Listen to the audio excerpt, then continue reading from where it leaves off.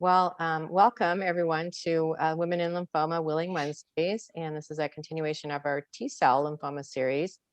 We're going to have two talks today, first by Dr. Barbara Pro, and second by Dr. Neha Mehta-Shah. Each will be approximately 30 minutes, and we'll leave some time at the end for some questions if there are any. So first of all, it's my great pleasure to introduce Dr. Barbara Pro, very dear friend. Haven't seen for a long time, so good to see you. Yes. And Dr. Pro is a professor at Northwestern University, where she is also the fellowship program director. That takes a lot of time, I'm sure, and a very well-known expert in T-cell lymphoma. So she agreed today to talk about T-cell lymphomas as far as relapsed refractory treatments. We've learned in the past about kind of induction treatments and talked about some of the unusual lymphomas, and today we're going to talk mostly about treatments. So Barbara, all to you. Thank you so much for doing this. Thank you so much for the kind introduction and the invitation. It's really a pleasure to be here. Let me see if I can just put the slide in the slideshow mode. Okay. You can see my slides, right? Yes, looks good. Perfect. Thank you again. So as Dr. Bose just mentioned, so the focus of my talk today will be relapsed refractory T-cell lymphoma, and because of time constraints, I will try to focus on the nodal subtypes, so the most common subtypes. These are my disclosures. So frontline therapy for PTCL, for peripheral T-cell lymphoma, fails to induce a durable remission, unfortunately, in a significant proportion of patients. And with the exception of anaplastic large cell lymphoma, there is really no consensus on best salvage therapy for patients with relapse or refractory disease. And despite the number of FDA-approved agents, current therapy have modest activity with a low CR rate, and prognosis for this disease remains poor. So what do we know from historical data about the prognosis of patients with relapsed refractory peripheral T-cell lymphoma? And on your left, you see actually data from the British Columbia Cancer Agency that was published now a few years ago, looking at all patients with recurrent refractory T-cell lymphoma treated with different type of strategies. And you can see how the prognosis is dismal with a 3-year median progression-free survival of only a bit over 3 months, and a 3-year overall survival of 6 months.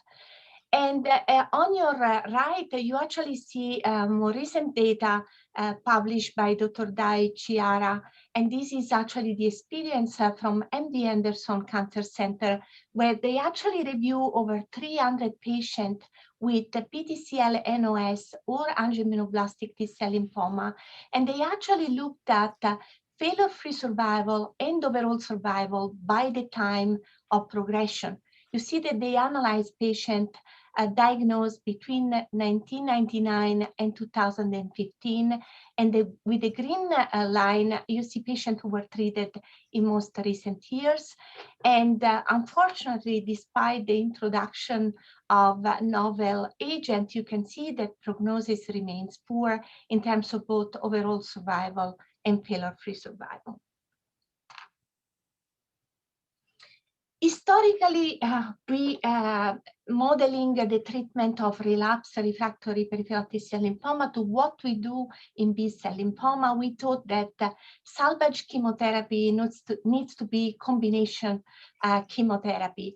And this is, I think, a very important study. This is a study from the COMPLETE registry. The COMPLETE registry is actually a prospective study that included all patients with T-cell lymphoma diagnosed in the US, academic institution, but also out in the community. And 57 patients with relapsed refractory PTCL after initial chemotherapy were analyzed, who received either single agent, 55%, or combination chemotherapy, 46%. And the main endpoint of this study and the main question was what type of response to retreatment patient achieved, and whether or not single agent was as effective as combination chemotherapy or less effective. And you can see on your right, overall survival and progression-free survival actually favor single agent versus combination chemotherapy. And in the lower part of the slides, you actually see the breakdown in terms of single agent. In the red line is brentuximab vedotin, and in the green line is other novel agent. And as expected, brentuximab vedotin had a better overall survival. Treatment with brentuximab vedotin had a better overall survival and progression-free survival, probably because most of these patients had anaplastic large cell lymphoma. So key point here is that you can use novel agent in the setting of relapsed refractory peripheral T-cell lymphoma, and they are as effective as combination chemotherapy. So I think we have learned many lessons from the many clinical trials that are being conducted and are currently even ongoing in this setting. And as we well know, T-cell lymphoma is not one disease, but it's a very heterogeneous group of diseases. And I think the main problem will be to try to identify PTCL subgroups for targeted therapy. So I just wanted to present a few cases that I have recently seen in my clinic. The first one is a 46-year-old male, recently diagnosed with relapsed peripheral T-cell lymphoma NOS after doing well for 9 months following his initial treatment with CHOEP. So he's a young patient who did not receive autologous stem cell transplant for consolidation and has relapsed disease after induction. The second case is an older patient, 72-year-old, who presented with rash, B symptoms, and diffuse adenopathy at a biopsy consistent with angioimmunoblastic T-cell lymphoma, and also has evidence of progression of disease 9 months after completing 6 courses of induction with CHOP. And the last case is a 60-year-old female who has history of anaplastic large cell lymphoma. Prior treatments include the CHOEP, and then at the time of relapse, she actually received the brentuximab vedotin, achieved a complete remission, and had an autologous stem cell transplantation for consolidation in CR2. Few years later, she presented with respiratory symptoms, and the lung biopsies is consistent with relapse disease. So here in this table, you see a number of FDA-approved agents for relapsed refractory peripheral T-cell lymphoma. The first one, as you know, is pralatrexate, which is a novel folate analog. Over 100 patients were treated in the registration trial. Overall response rate was 29%, with 11% of patients achieving a complete remission. You have 3 HDAC inhibitor. Chidamide is only approved in China. Romidepsin and belinostat are approved in the US. And you can see a very similar overall response rate, 25%, with low proportion of patients achieving a complete remission. But for the first time in the treatment of relapsed refractory T-cell lymphoma, if you actually look at the last column, you can see that some of these responses are durable. So some of the patients who actually achieve an objective response can have durable and deep responses. And the only exception to this very similar response rate is brentuximab. The pivotal trial accrued only patients with systemic anaplastic large cell lymphoma, and you can see a significant higher overall response rate and complete response rate. I think an important analysis of this trial actually showed that there is definitely a subtype specific drug sensitivity in this setting. So if you look at the PROPEL study, so the registration trial for pralatrexate, you can see that the overall response rate in angioimmunoblastic T-cell lymphoma is lower at 8%, whereas it's very similar and higher in patients treated with angioimmunoblastic T-cell lymphoma with HDAC inhibitors. So I just want to spend a few minutes on the romidepsin study that led to the approval of this agent in this setting. So this was an open label single-arm international phase 2 study that accrued 131 patients. Treatment with romidepsin was given at the standard dose and schedule, so 14 milligrams per meter square weekly times 3 every 28 days.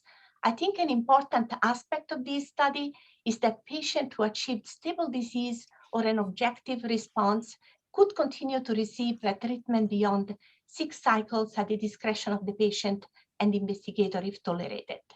And you can see down, at the bottom of the slide, the breakdown activity in terms of histologic subtype. You can see response rate was very similar across PTCL, NOS, angioimmunoblastic T-cell lymphoma, and anaplastic large cell lymphoma. So 29%, 30%, and 24%. 6, 7, 8. Can everybody please mute except Barbara? Thanks. However, I think there was a very important observation from this study, and again, an observation at bedside, that was that if you look at the duration of response in patients with angioimmunoblastic T-cell lymphoma in the red line, you can see that the responses were more durable in patients with angioimmunoblastic T-cell lymphoma when compared with patients with PTCL, NOS, and ALK-negative anaplastic large cell lymphoma. And this observation was actually confirmed in a subsequent study where they looked at the activity of romidepsin given as single agent or in combination, and they analyzed the efficacy in T follicular helper phenotype or non-T follicular helper phenotype. And you can see on the table that 76 patients with T follicular helper phenotype were treated with romidepsin-based therapy, and the overall response rate was significantly higher, 57%, with a CR rate of 29%, compared with the lower overall response rate at 29% and the CR rate at 20% in non-T follicular helper phenotype.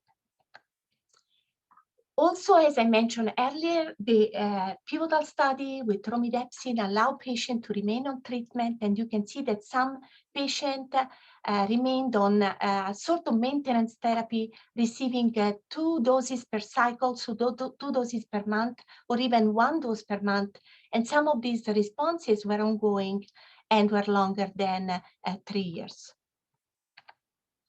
There is also, as you know, the other HDAC inhibitor that has been approved in the US, that's belinostat. I want to mention that the dose and schedule here is different. Belinostat is given at the dose of 1 gram per meter square for 5 days every 21-day cycle. And again, you can see here that the overall response rate in PTCL NOS was 23.3%, and in angioimmunoblastic T-cell lymphoma was higher at 45.5%. Why HDAC inhibitors are more effective in T-cell lymphoma, and why in particular in angioimmunoblastic T-cell lymphoma or T-cell lymphoma that have a T follicular helper phenotype? I think we do know that there are common mutations occurring in genes that are important in epigenetic function in T-cell lymphoma. And these mutations actually have higher incidence in angioimmunoblastic T-cell lymphoma and PTCL NOS with features of T follicular helper cells. So as you can see in red, TET mutation are the most common mutation and are present in up to 80% of the patient. DNMT3A mutation are present in approximately 20% of the patient, and so are IDH2 mutation. So very important to recognize that. So if that is the case, can we use actually hypomodulating agents in T-cell lymphoma, and in particular in angioimmunoblastic T-cell lymphoma? And this is actually the first report that showed the activity of azacitidine in patients with angioimmunoblastic T-cell lymphoma. In this French study, 12 patients with advanced stage disease were treated with single agent azacitidine. As expected in these histologic subtypes, patients were older with a median age of 71, and they had received a median of 2 prior lines of therapy. And you can see an impressive overall response rate, 75%, with half of the patient achieving a complete remission. You can see on your right the progression-free survival and the overall survival curves, the median progression-free survival 15 months and overall survival 21 months. And again, I want to remind you that with historical data, the median overall survival of this patient is only 6 months. Can you actually combine azacitidine and romidepsin? And this is again a very important study. This was an international open label single arm phase 1 study with a 3+3 standard design, looking at the escalating doses of azacitidine in combination with romidepsin. The study allowed patients with other advanced lymphoid malignancy, and a total of 31 patients were treated with oral azacitidine. And you can see overall response rate was 32% with a CR rate of 23% in all patients, but you can see a significant response achieved in patients with T-cell lymphoma. Overall response rate 73% with 6 out of 8 patients achieving a complete remission. So impressive, again, activity in this phase 1 study. And there is an ongoing frontline study actually looking at the same combination. Is a phase 2 study, and the study was presented at ASH last year and shows activity. Of course, the follow-up is still too short to see whether or not the responses achieved are durable. So, but perhaps the prototype for tailored therapy in peripheral T-cell lymphoma is the success story of anaplastic large cell lymphoma, where we have 2 very important targets, one being CD30. As we know, CD30 is strongly and uniformly expressed in anaplastic large cell lymphoma. So targeted therapy against CD30 makes a lot of sense. And then ALK-positive anaplastic large cell lymphoma, we have ALK protein. Brentuximab vedotin is an antibody drug conjugate that targets CD30, and this was the pivotal trial that led to the approval of brentuximab vedotin. The trial accrued only patients with systemic anaplastic large cell lymphoma. 58 patients were treated with monotherapy with brentuximab vedotin, and the overall response rate in the relapsed refractory setting was impressive at 86%, with 66% of the patients achieving a complete remission. And as we have seen with other novel agents, patients who actually achieved a remission had evidence of durable responses. And you can see the update on your right, the progression-free survival, which has a very nice plateau at the end of this curve. And you can see that progression-free survival was significantly better in patients who achieved a complete remission.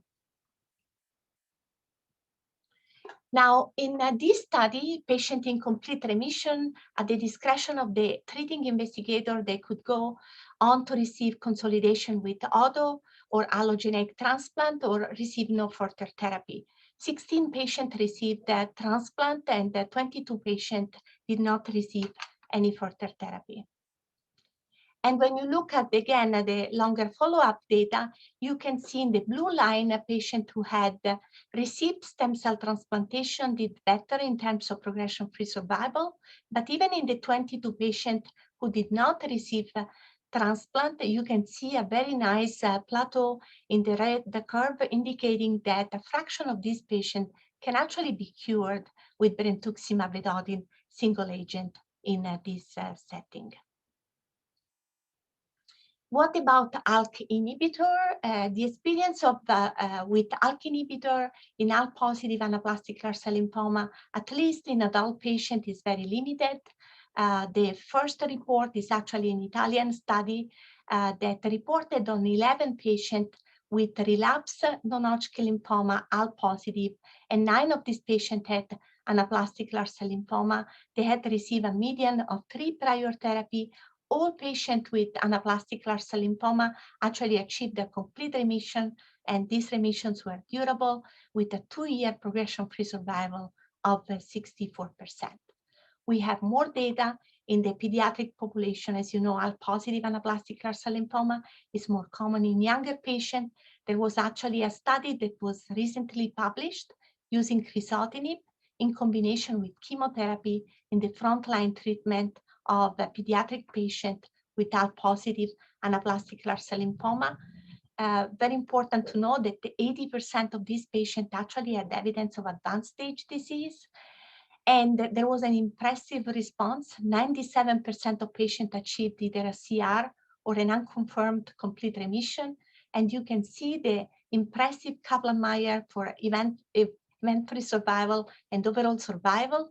2-year event-free survival, 79%, and 2-year overall survival, 97%.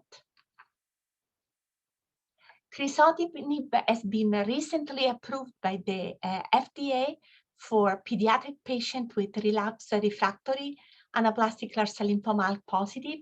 And this was actually based on a single-arm open-label trial in 26 patients with relapsed disease that showed an impressive overall response rate of 88%, with 81% of the patients achieving a complete remission.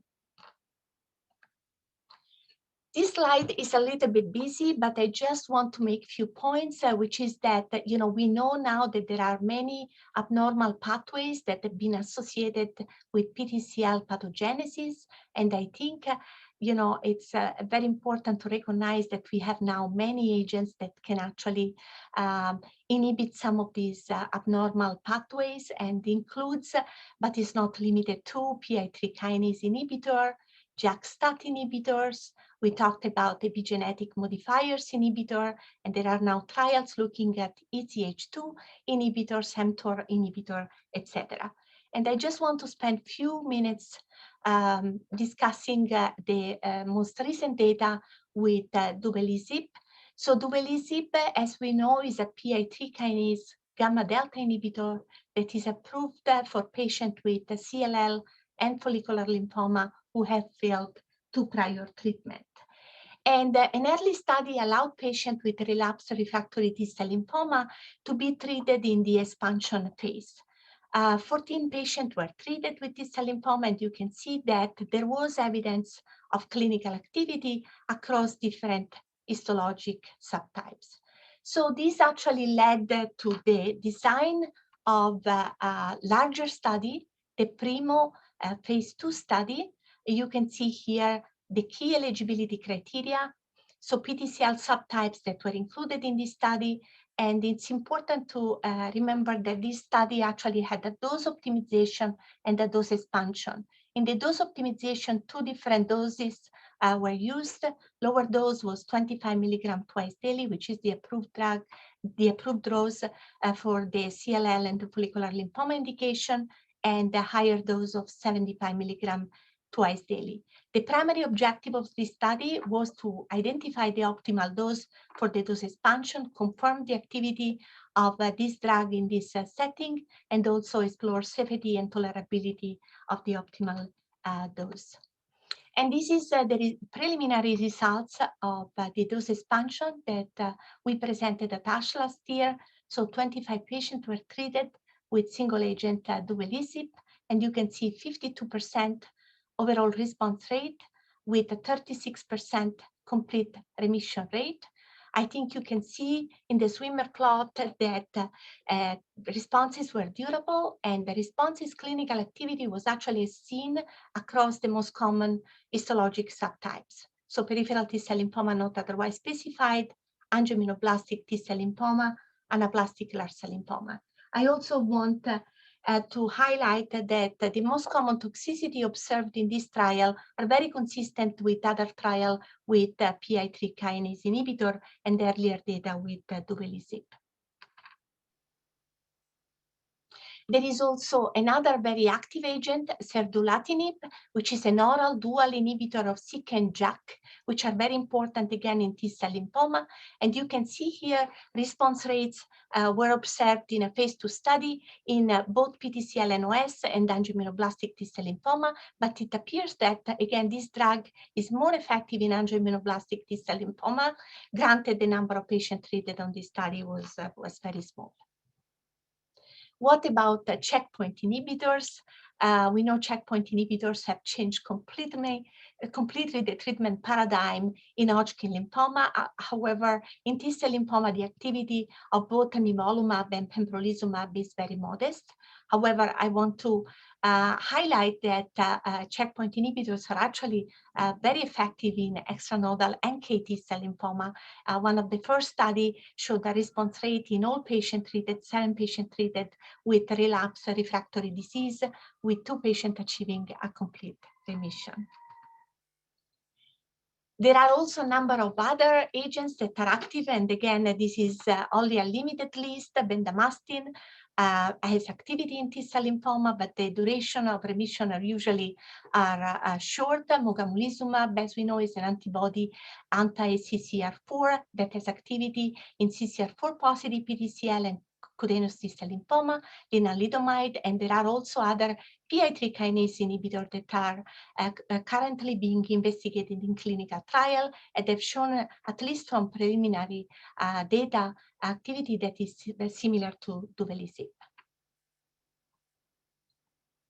So not talking lymphoma is completed without mentioning CAR T-cell therapy.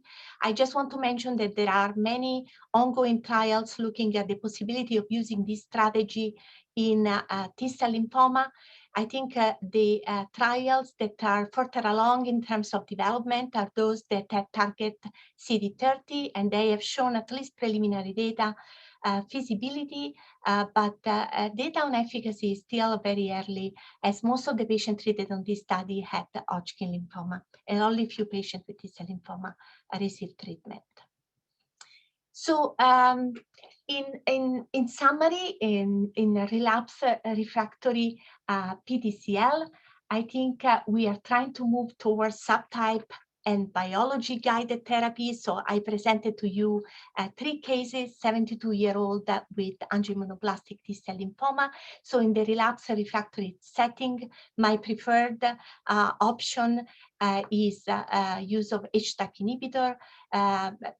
But we know we need to also remember that although not approved, hypomethylating agents are also effective, very effective in these histologic subtypes, and there is also evidence of clinical activity using PI3 kinase inhibitor and JAK-STAT inhibitor and other novel drugs that are currently being explored in this setting. If patient has CD30 positivity, we can use brentuximab vedotin. There is also the option of standard chemotherapy and of course clinical trial whenever available.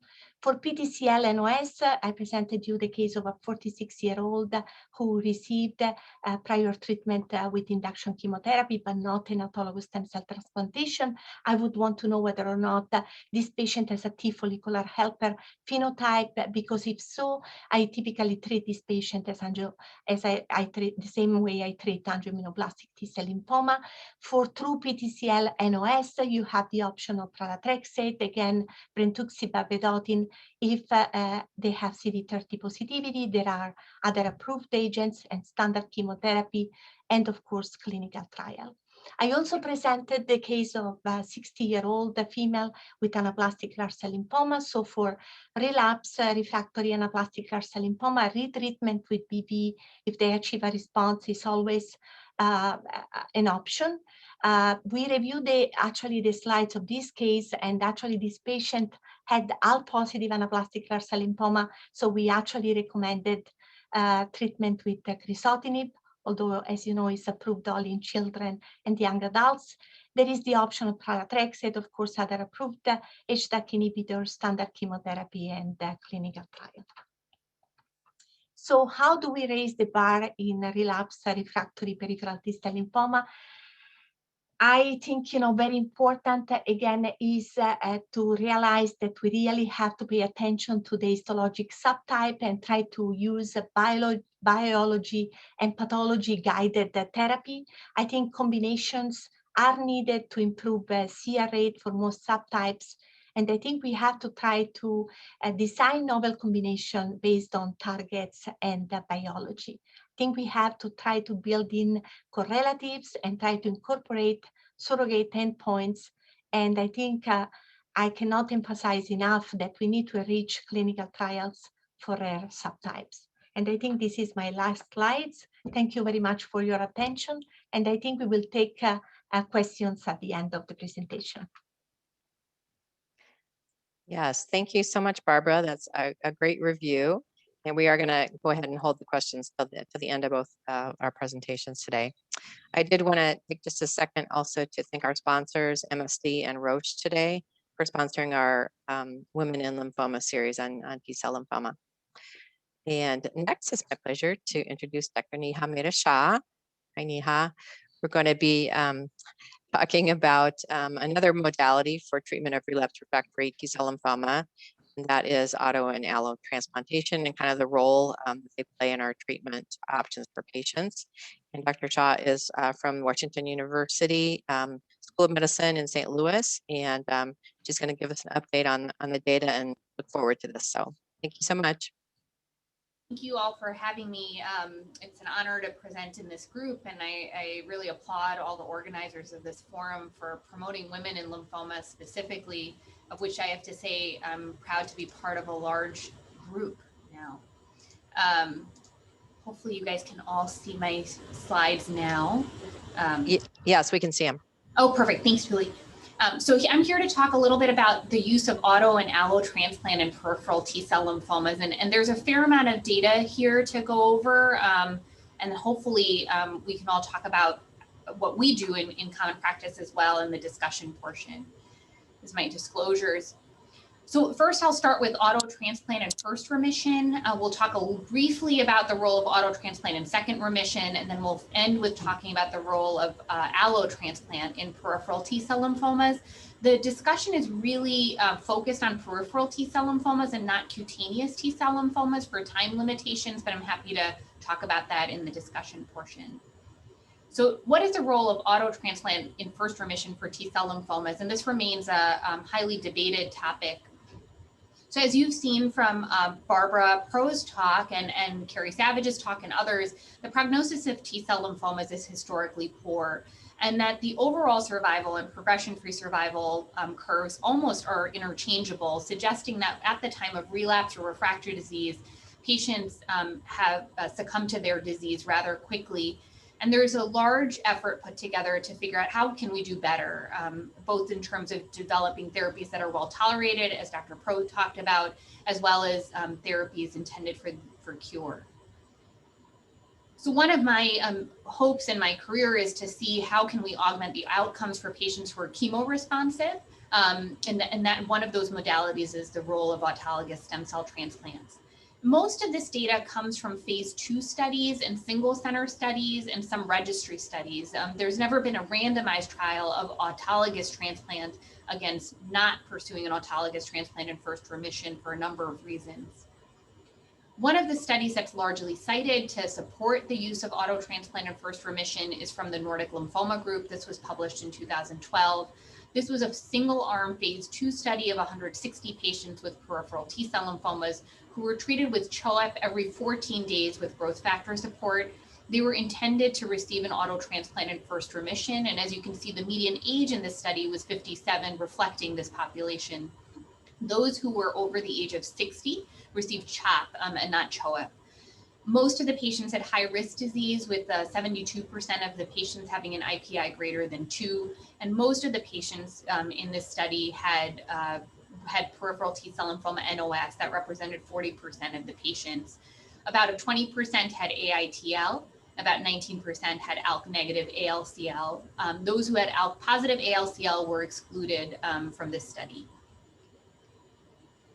So in this study, they showed that if you treat with the intent of pursuing an auto transplant in first remission, the 5-year overall survival was 56% and the 5-year progression-free survival was 48%. So this compares favorably to historical studies where the 5-year progression-free survival with peripheral T-cell lymphomas is about 25% or so. They then looked at histology-specific cohorts. This was, of course, not powered for this. But they looked to see which patients benefited most from this approach. And it seemed that there was a trend towards this approach being more active in ALK-negative anaplastic large cell lymphoma. Interestingly, this is also the population that seems to benefit from etoposide-based therapy as well, significantly more. And now in the setting of brentuximab, that is up for debate again. But clearly brentuximab-based therapy would be the standard of care in this population now. So these results have now been reproduced in a number of studies. So I highlighted the Nordic study. We did a single center study at Memorial Sloan Kettering of 65 patients that also showed a 4-year progression-free survival of 44%. And then in the Swedish National Registry, they looked at patients who were treated with the intent to pursue an auto transplant in first remission versus those who did not. And it was roughly half and half actually in the registry. And as you can see here, the 5-year overall survival again increased from 26% to 48%, and the 5-year progression-free survival went from 20% to 41%. So given that this has been seen in 3 different series, an improvement in progression-free and overall survival by about 20%, I think that about 1 in 5 patients benefit from an auto transplant in first remission. Therefore, there was a consensus panel that was developed, and this was published in the BBMT to look at the role of transplant in T-cell lymphoma. So I encourage you to look at this paper because I think they've done a nice job with compiling the literature, but they also endorse the use of auto transplant in first remission in this guideline statement. However, this remains controversial, I think, for a number of reasons. One is that these were single-arm studies. Many of these are retrospective or registry studies. And there have been a couple of studies that have led to question the role of auto transplant in first remission. The first I'd like to highlight is a meta-analysis that was done of the literature. This included studies that were published between the years 2000 and 2015. This also included patients who underwent transplant in the relapsed refractory setting. So I think that's a very different question and different population, and probably confounded the analysis in this study. But if they looked at those who had received an auto transplant in first remission, they saw that the 5-year overall survival was about 54%, and the 5-year progression-free survival was less. It was about 33%. The treatment-related mortality to transplant was about 2%, which is what we would expect.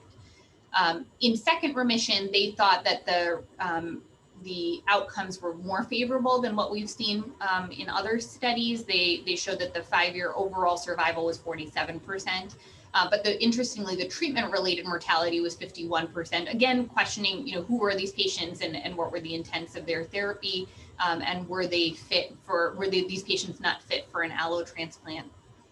In the complete registry, which Dr. Crow highlighted as well, they did an analysis of 119 patients who who were in complete remission at the end of treatment. Of those, 83 did not receive a transplant in consolidation and 36 did. And in that series, they did not see a difference in outcome between a statistically significant difference in outcome. The curves from the complete registry are on the right for you. And you can see that there was still a trend towards improved outcomes in auto transplant in first remission. So I wonder if this was underpowered to make this assessment. And that's why you didn't see a statistically significant difference in this study, in the registry study. And then there was a separate analysis done by Lisa that looked at 134 patients who were treated with the intent to transplant, and then propensity matched 135 patients who were not treated with the intent to transplant.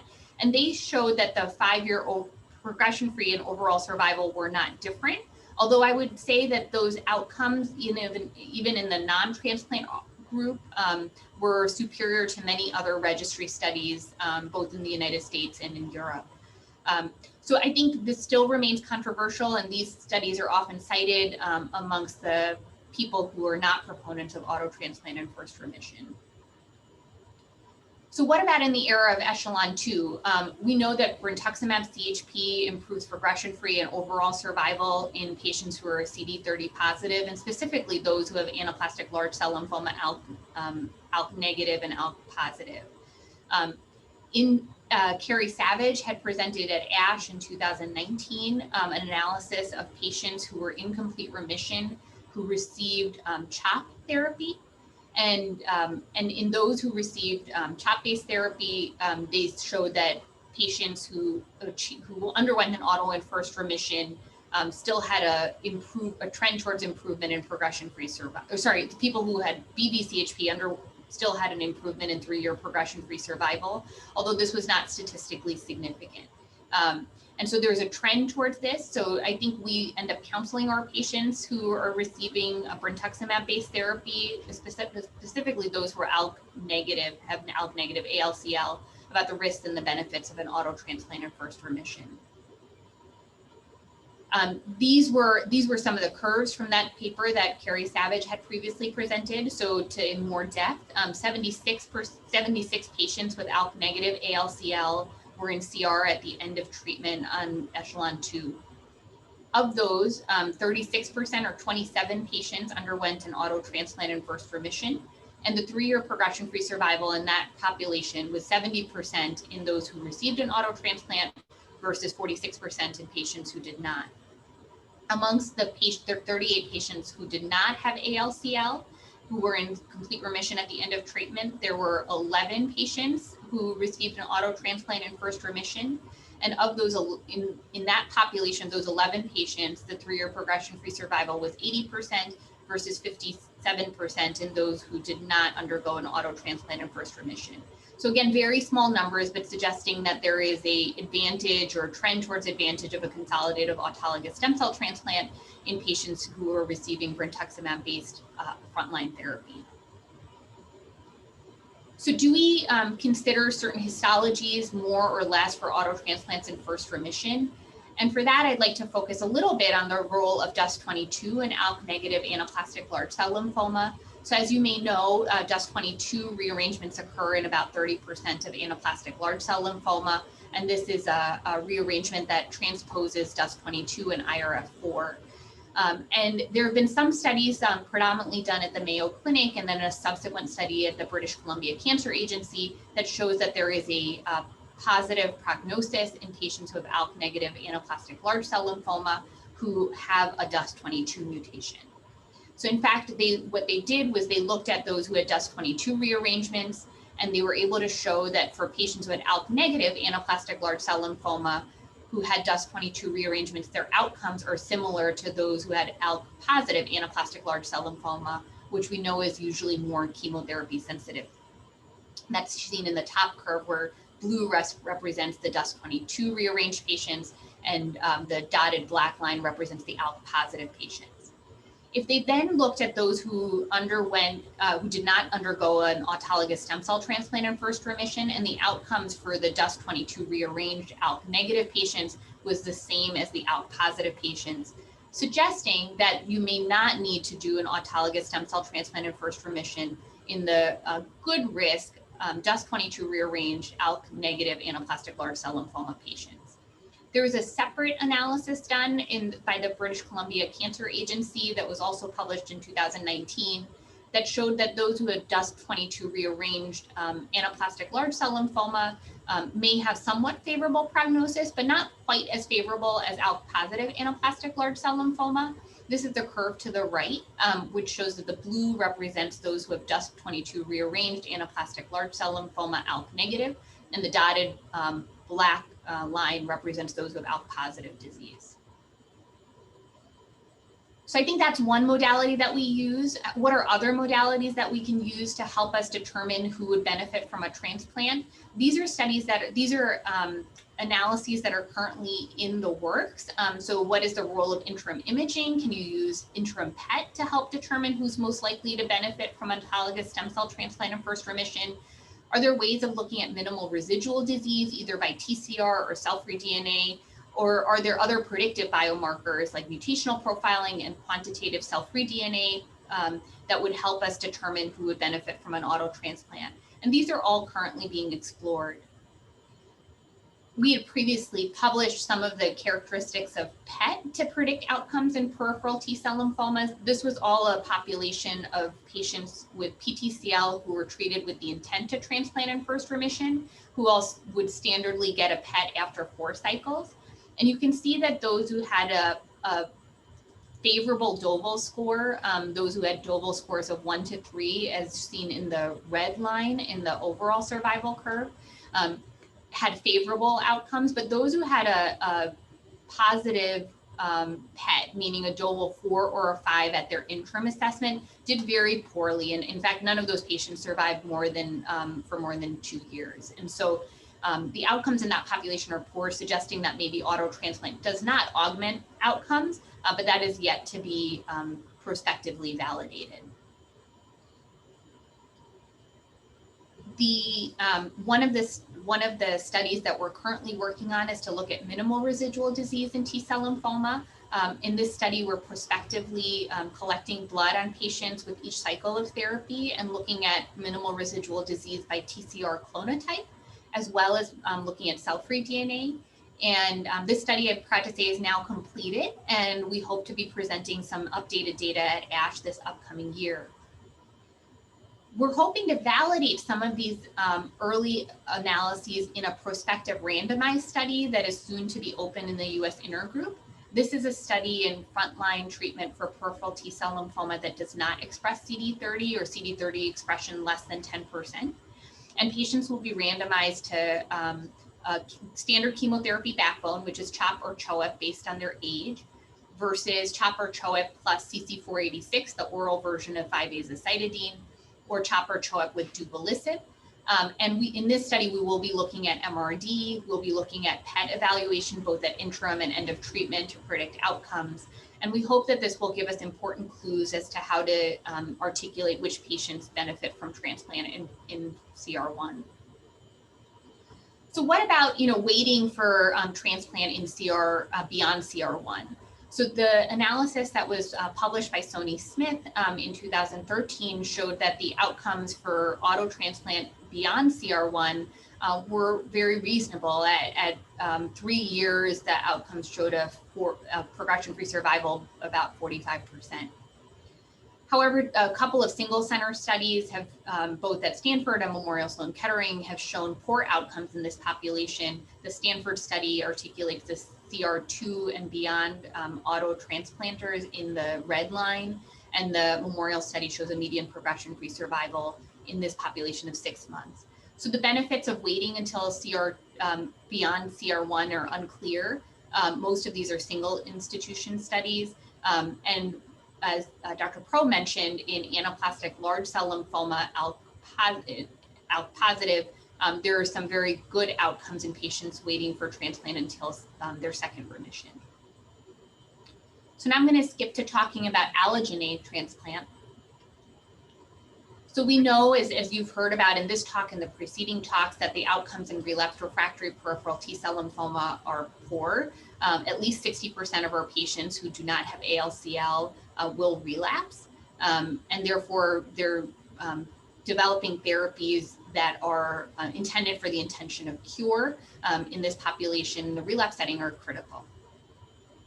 So we had put together a retrospective series of 508 patients across the United States and with the BCCA in Canada to look at the role of allotransplant and to confirm what's been seen in certain single center studies.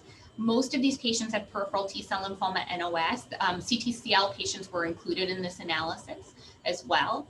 And most of the patients were in a complete remission as deemed by the treating physician prior to pursuing an allotransplant, but about 37% were in a partial remission at the time of pursuing transplant. Most of the transplants, or the plurality of transplants, were match-related donor transplants, encompassing about 40%. 38% had match-unrelated donor transplants, and only 11% had mismatched transplants, and only 3% really had haplotransplants. Only 15% of these patients had had a prior auto transplant, suggesting that this was predominantly a treatment refractory population as well. So patients who at 2 years and 5 years, the overall survival. Sorry, I just want to, when she finishes the talk, I'm really interested to see what sort of questions she gets. Sorry? 2 years and 5 years, the overall. No, I'm not talking, I'm muted. At 2 years and 5 years, the overall survival was 59% and 58%, suggesting that patients who make it to the 2-year mark are very likely, have a good chance of being cured. The progression-free survival at 2 years and 5 years was 45% and 39%. This is very similar to what's been seen in other single center series that have been previously presented or published. If you look at disease subtype, the outcomes for those who had AITL seem to trend to be better, although this was again not statistically significant. So at 5 years, the progression-free survival for those with AITL was 47%. The right curve shows the patients with AITL versus those who have PTCL or ALCL. And you can see that those outcomes are better, and there seems to be a plateau on that curve. And the follow-up time is quite long, extending for 144 months or so. There was a recent analysis that was published in the from the CIBMTR, also in AITL specifically, that also showed that the 4-year overall survival in the AITL population who underwent an allotransplant was about 56%, similar to our results. So if you look by disease subtype, I'd just like to highlight a couple of things for you. This is a busy slide, but if you take a look at those who had hepatosplenic T-cell lymphoma, those who received an allotransplant, many of these were actually done in first remission. The 5-year progression-free survival was 48%, and 2-year, and so that's favorable compared to historical control or historical annotations of patients with hepatosplenic T-cell lymphoma, suggesting that allotransplant is an important modality of treatment in this population. The depth of remission prior to transplant does matter. I think that doesn't come as a surprise for those of you who are transplanters. So those who were in CR going into a transplant did do better. The median overall survival in that population was 154 months. And those who were in PR seem to do worse. Although there is a plateau to that curve, their median overall survival is only 31 months. These responses were based on the treating physician determination. So some of those were with CT, some of those were with PET, and just to keep in mind that this was in the setting of a retrospective study. The treatment-related mortality was 11% with transplant. So I think that's also important to consider. I think many times when we talk to patients or other oncologists, they feel like the treatment-related mortality with allotransplant is very, very high. But I think 11% is more in line with what our experience has been. This, of course, is reduced by using match-related donor transplants if they're available. And one last thing about this slide.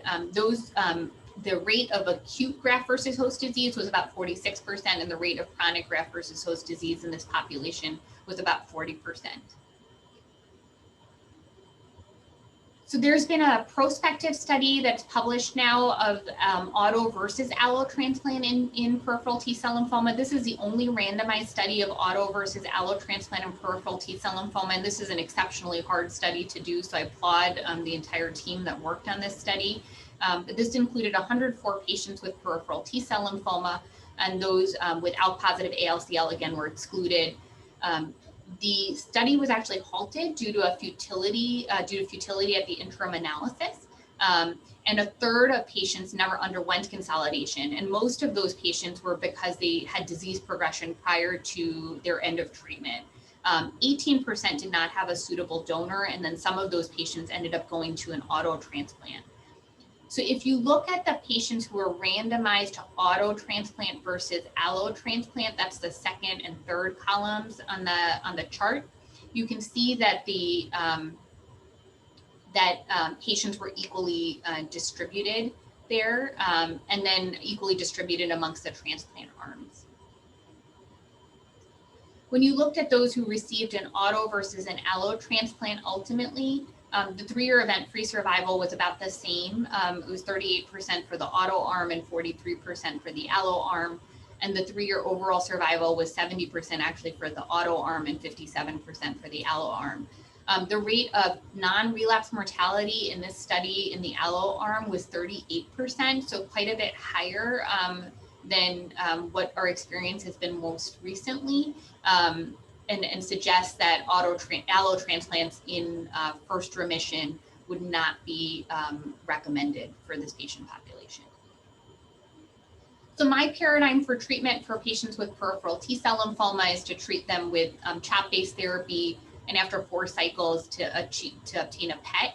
And if they're achieving remission, I do 2 more cycles of CHOP-based therapy, and I consider an auto transplant in first remission based on the data that we just discussed. And for patients who have relapsed refractory peripheral T-cell lymphoma, I think about whether they're a candidate for an allo transplant. And if they are, then I really prioritize giving them therapy to achieve remission, to move towards an allo transplant. And if they're not a candidate for an allogeneic transplant, we also consider single agent therapy and combination therapies that are more tolerable and not focusing on treatments that have very, very high toxicity. With that, I'd like to thank all the people that I get to work with every day who make my work fun and exciting, but most importantly, our patients for whom we do all this research, and my funding sources. And that's what I have. Stop sharing. Great, Neha. Thank you so much. That was a great review of all the literature that we have in T-cell lymphoma for transplantation. And we have some time for some questions. I know there's been a couple in the Q&A here. So one question was, thanks so much. We had considered hyper-CVAD. Let's see. I think I'm missing. There was a question about hepatosplenic. Oh, hepatosplenic. Go ahead, Barbara. So a question was about hepatosplenic, a 20-year-old female who has received CHOEP, I believe, and then ICE, and there's no change in size of the spleen and liver, and the significant cytopenia still, so no improvement in cytopenias, platelet count of 10,000. What to do next? What to do? Okay.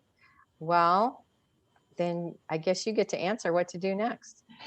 So, and again, I think this is a very, very rare disease. So I typically do hyper-CVAD. So I do hyper-CVAD alternated with methotrexate and cytarabine.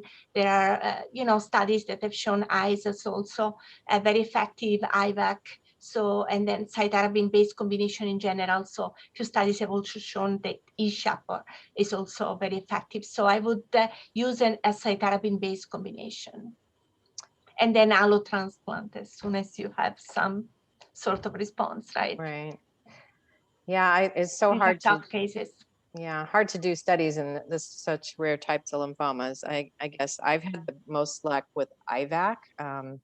Some people like to use ICE too, and I don't know if it's the ifosfamide, that works well, but I've had the most luck with IVAC and then allo transplant and first remission. So. I think we've done ICE, I think predominantly, but I think as you were mentioning, I think the ifosfamide or high dose therapy seems to be important. It seems like anthracyclines are probably not quite as critical in this disease. And then I think in the question of patients who are already treatment refractory, there's some very limited data to suggest that there might be responses to JAK inhibition or SYK inhibition. There were some responses in the sertolatinib study that Dr. Pro highlighted. And so looking for therapies that are in that line are reasonable to consider for clinical trials. Right. Anybody else want to comment on that question? Okay. And then I think there was another question, right, Julie? I mean, about. There's another question about auto transplant and first partial remission. Should you do that, or if the patient doesn't get complete remission, should the patient go ahead and have an auto transplant and first remission? Yeah, I can start with that question. I would say for patients who are not in a complete remission by PET at the end of treatment, if I were to take them to an auto transplant, I'd want to prove that the PET avid area does not contain lymphoma to the best of my ability with a biopsy. I think, with our series to look at interim PET has really shown that those patients tend to do poorly. And to me, the way I explain it to patients is that the auto transplant really is giving high dose chemotherapy with the idea that you're chemo responsive. And if you've proven that you're not chemo responsive, then giving you more chemotherapy that has other risks like infection and secondary leukemias is probably not what I would advise. Right. Especially with a lot of our newer treatments where we're trying to do the targeted treatments, perhaps there's a better way to get them even into remission. So, and then a third question was, if you need 2 different regimens to achieve a CR, would you do auto transplant or allo transplant in first remission? I assume they mean. Yeah. I would say if you needed 2 different treatments to achieve a complete remission, you've also deemed yourself to be treatment refractory, kind of from the same perspective. And so in that population, we consider allotransplants heavily. There have been some retrospective series to show, and as I mentioned, Sony Smith has published on the CIBMTR experience with autotransplant and second remission. So there is some tail on that curve, where like 20 to 30% of patients can do well long-term with an auto transplant in second remission. I wonder a little bit about whether those are patients who had long disease-free intervals between their treatments and were chemo-responsive and had late relapses, which is unusual in this disease but does occur. And then also patients who have anaplastic large cell lymphoma who can get brentuximab-based therapy and follow with an auto. I think that's also a reasonable approach. But for the most part, I tend to favor allo in those patients. I'm curious to hear what other people do. Yeah, I personally would try to go with allo if you can. Now, the problem is a lot of these patients are older and they're just not really allo transplant candidates. And so then you're stuck with looking at, clinical trials, other alternatives, some of these newer targeted agents, if you can do that. So sometimes not great options. Could I ask a question? Thank you. It was fantastic, both presentations. Barbara, you showed that really nice plateau on the BV when used in second line in the patients who did not have consolidation with transplant. What's your practice if you're using BV brentuximab second line? Do you tend to consolidate or not now that you see that curve? Yeah, in young patients, I still try to consolidate, yes, because the PFS, you remember, is better in patients who undergo stem cell transplant. So if they're fit and eligible, I would do a transplant. And do you tend to do consolidate with an allo? It depends whether or not, they had chemo refractory or chemosensitive disease, depends on the age, right? So, I mean, if they have a donor, I would favor an allo, but in other cases, I think I can still do an auto if they have chemosensitive, history of chemosensitive disease, and they have achieved a CR. I would not do an auto in PR. I typically don't. Thank you. Any other questions today? I think there was a question about what kind of therapies are in pipeline for gamma delta T cell lymphoma. That's a very tough one. That's a good question for you. So yeah, I mean that's a struggle, especially the cutaneous one and the hepatosplenic. I mean those are very aggressive diseases, and as you know, we don't really have targeted therapies. As Neha mentioned, there are some preliminary, very few cases treated with sick JAK inhibitors, sertuladinib. So if there is a clinical trial available, I try to enroll patient in clinical trial just because we are desperate about, finding effective therapies in these type of diseases. Yeah. When do you think we're going to be able to get to the point where we can do more molecular studies on these patients and try to choose our therapies based upon that information? Man, do you want to? I think, the frontline studies now, they are going to help us tremendously, I think, right? And there is a Chinese frontline study that has been designed in China, where they're going to be using molecular profiling to really assess the status and then decide therapy based on that. I think that's going to be very informative. Absolutely. Yeah, I think so. And I think, like the US intergroup trial that I highlighted a little bit earlier is going to be stratified for patients who have TFH phenotypes. I think that will also help. I think one of the challenges that we face, and I'm sure all of you all over the world face this in maybe even in more degree than we do, is that we don't, not all centers will standardly perform all the same staining, not all center, even from immunohistochemistry. And then in terms of sequencing, the capabilities and the resources are very different across different places geographically, even in the United States, we find. And we certainly know that we sometimes have access to sequencing abilities that certainly people who practice in countries where those resources are not available are you know, they're clearly not available other places. So I think we'll have a high bar to show that doing such molecularly targeted approaches lead to outcomes changes to really make a change at a global level. I think it's easier to do it, for example, in angioimmunoblastic T-cell lymphoma or T follicular helper, because you can use an NGS myeloid panel and you are able to assess most of the molecular abnormalities.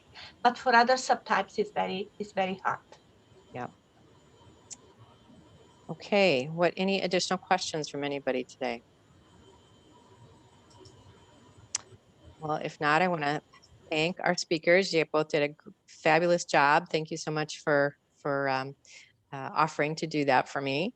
And I just want to say thank you to everybody for supporting women in lymphoma. And we now have over 400 active participants actually in women in lymphoma. And anybody is welcome to join who wants to learn about lymphoma and who wants to support women in lymphoma and mentorship and to try to help future generations. So thank you so much, and we'll be seeing you next week when we're going to talk again about some new clinical trials in lymphoma and also do some case studies in T-cell lymphoma. So thank you. Thank you all. Thank you. Thank you. Bye-bye. Thanks for a great night. Bye.